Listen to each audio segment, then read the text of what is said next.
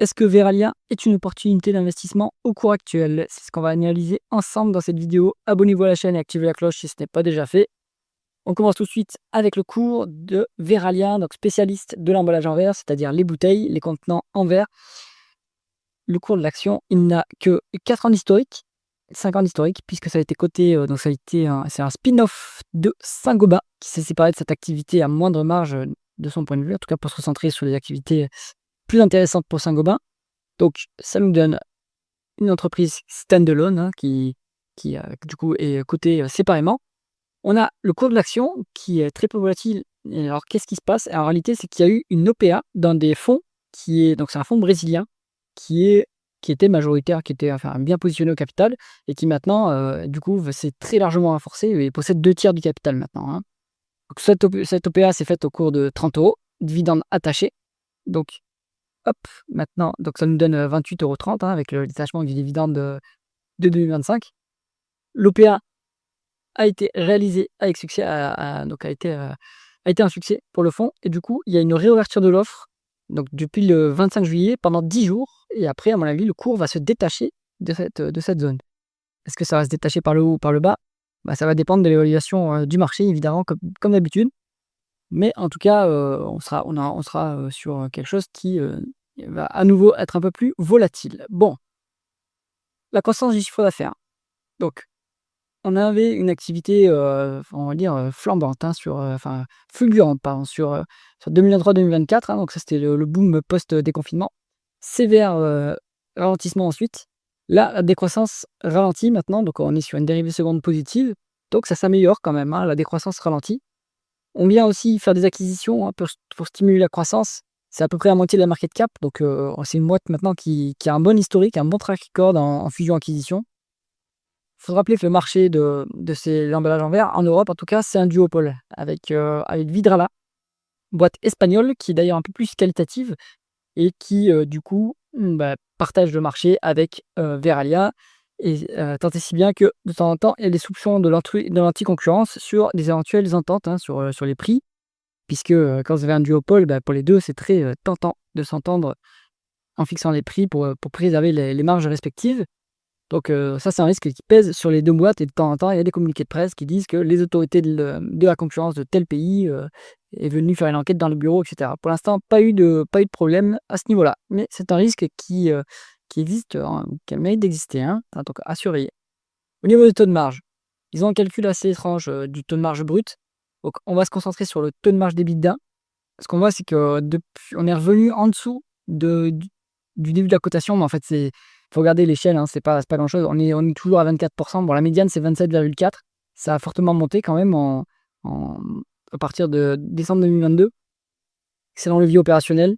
À mon avis, en fait, c'est que ça a suivi le taux de marge brut, comme il est un peu faux, en fait, le taux de marge brut, il est au-dessus, hein, mais là, c'est le calcul du logiciel qui me met là.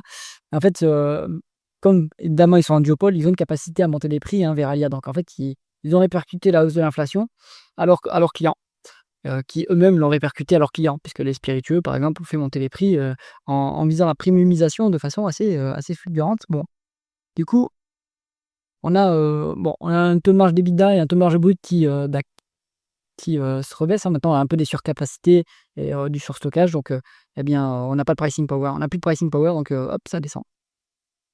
Bon, le taux de marge net, il est assez parallèle au taux de marge d'EBITDA. Il est pas très élevé, hein. 5,3%, c'est pas énorme, c'est plutôt moyen, mais en fait, les free cash flow, eux, sont plus élevés.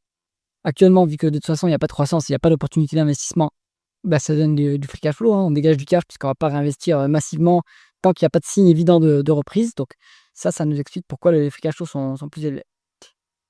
Bon, on va dire que c'est pas ultra, enfin, c'est bien géré, mais c'est pas un métier qui est qualitatif, hein. C'est pas un métier qui octroie des grosses marges. Donc prudence, c'est cyclique, hein, voilà ce qu'il faut retenir.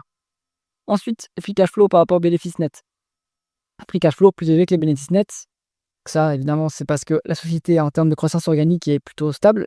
Et après, avec la croissance externe, eh bien, on va pouvoir faire de la croissance globale. Donc ça, c'est plutôt bien. Est-ce que le groupe est BFR négatif? Quasiment, on est quasiment nul en BFR, donc ça, c'est bien. C'est-à-dire qu'il n'y a pas de cash à injecter dans les opérations. Et ça dit aussi que l'entreprise est bien positionnée dans le rapport de force, dans la chaîne de valeur, hein, face à ses clients et par rapport à ses fournisseurs.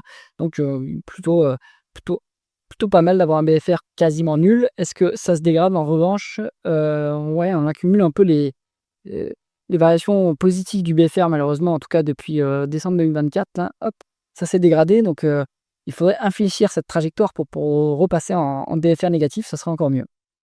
Ensuite, si on regarde, hop, on va regarder ça, dépréciation, amortissement, CAPEX et other non-cash items, on a des dépenses en capital qui sont plus élevées que les dépréciations, amortissements, mais vous avez 1,9 milliard de non-cash items, donc ça s'additionne, dépenses non cash, donc ça vous explique pourquoi. Voilà les free cash flow qui sont plus élevés que les bénéfices nets, hein. On retrouve d'ailleurs la différence à peu près 1,3 milliard, c'est à peu près ce qu'on retrouve ici, ouais, donc c'est ça. La différence ici, vous l'avez.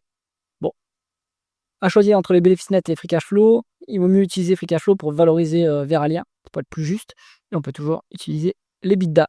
Alors ensuite, on va regarder la rentabilité opérationnelle. On est sur un rendement des capitaux investis qui est énorme, 15,2 en médiane. Pour une boîte qui est intensive en capital, c'est quand même intensif en capital, c'est quand même trop beau pour être vrai, hein, comme rentabilité. On est sur 12,3 donc là, il y a pas de miracle, hein. Par contre, ça a chuté depuis qu'on est un peu dans le marasme. Donc moi, je pense que cette rentabilité donc bon, d'une part, est-ce qu'elle est bien calculée par le logiciel? Ça, il faut bien sûr le refaire à la main. Mais si vous regardez, par exemple, le rendement des fonds propres, à quel niveau il se situe? 19. Bon, ça, c'est un calcul assez simple à vérifier. C'est très élevé et ça vous dit que et ça illustre très clairement qu'en fait, on est sur un marché où, avoir des rentabilités aussi élevées, alors c'est intensif en capital, ça dit qu'on a du pricing power et ce pricing power, en fait, bon, à mon avis, il vient un peu du fait qu'on s'entend avec son petit copain Vidrala pour, fixer les prix, hein, donc attention. L'endettement, alors toujours pareil, il faut traiter s'il y a du loyer là-dedans, hein. Il y a peut-être de l'IFRS 16, c'est-à-dire que cette norme comptable, hein, inclut les obligations locatives dans la dette nette, alors que c'est une dépense opérationnelle à mon sens, mais bien, bref. On est sur un peu plus de 2 fois l'EBITDA en dette nette, ça reste soutenable à ce niveau. Par contre, la trajectoire est pas encourageante, hein. Bon, on est toujours en bas de cycle, donc c'est pour ça que la dette ne baisse pas et que d'ailleurs l'EBITDA, il baisse un petit peu. Bon, si on avait eu une évolution parallèle de l'EBITDA et de la dette, ça aurait pas été un souci puisque le levier reste constant et là, le levier augmente parce que l'EBITDA, a baissé quand même d'un point de vue, cyclique, hein, donc bon, ça se reprendra par la suite, je pense, sans trop de problème.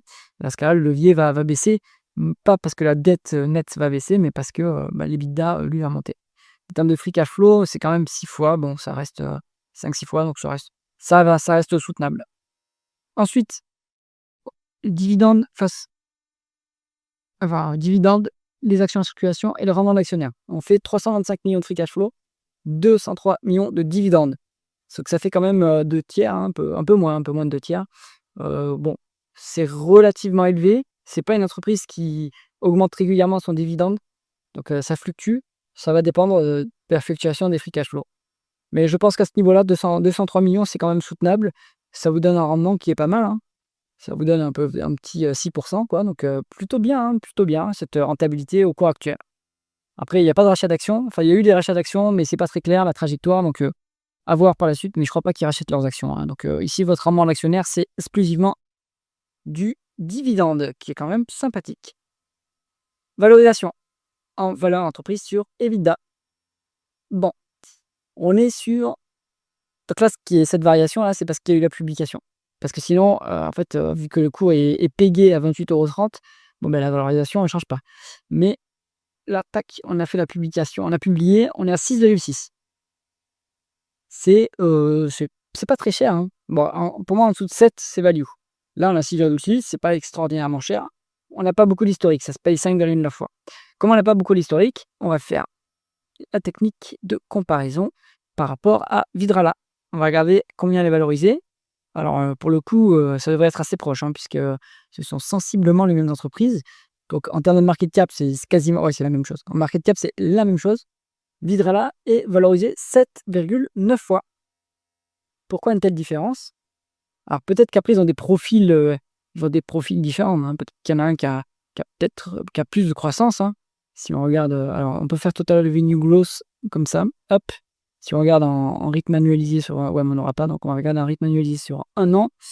Bon voilà, hein, donc Vidrala a plus de croissance quand même, hein. Peut-être pour ça aussi qu'elle est plus chèrement valorisée. Conclusion du dossier Verallia. Au cours actuel, je pense pas que ça soit une mauvaise idée. Bon petit dividende qui est quand même relativement sécurisé. Valorisation qui est pas extraordinairement chère. Donc peut-être que quand ça attendons de voir quand est-ce que ça va sortir, hein, enfin la fin de l'OPA. Donc on est le 25, enfin le 25, c'est 10 jours après, ça nous donne le 8 août. Non, ça donne, pardon, le 5 août. Donc au 5 août, il faudra voir ce qui se passe sur le cours de l'action Verallia. Mais au cours actuel, ce qu'on peut dire, c'est qu'en tout cas, vous avez un dividende sympathique, hein. Donc pourquoi pas. J'espère que cette analyse vous a intéressé. Si c'est le cas, mettez un pouce vers le haut et pensez à vous abonner à la chaîne. À bientôt.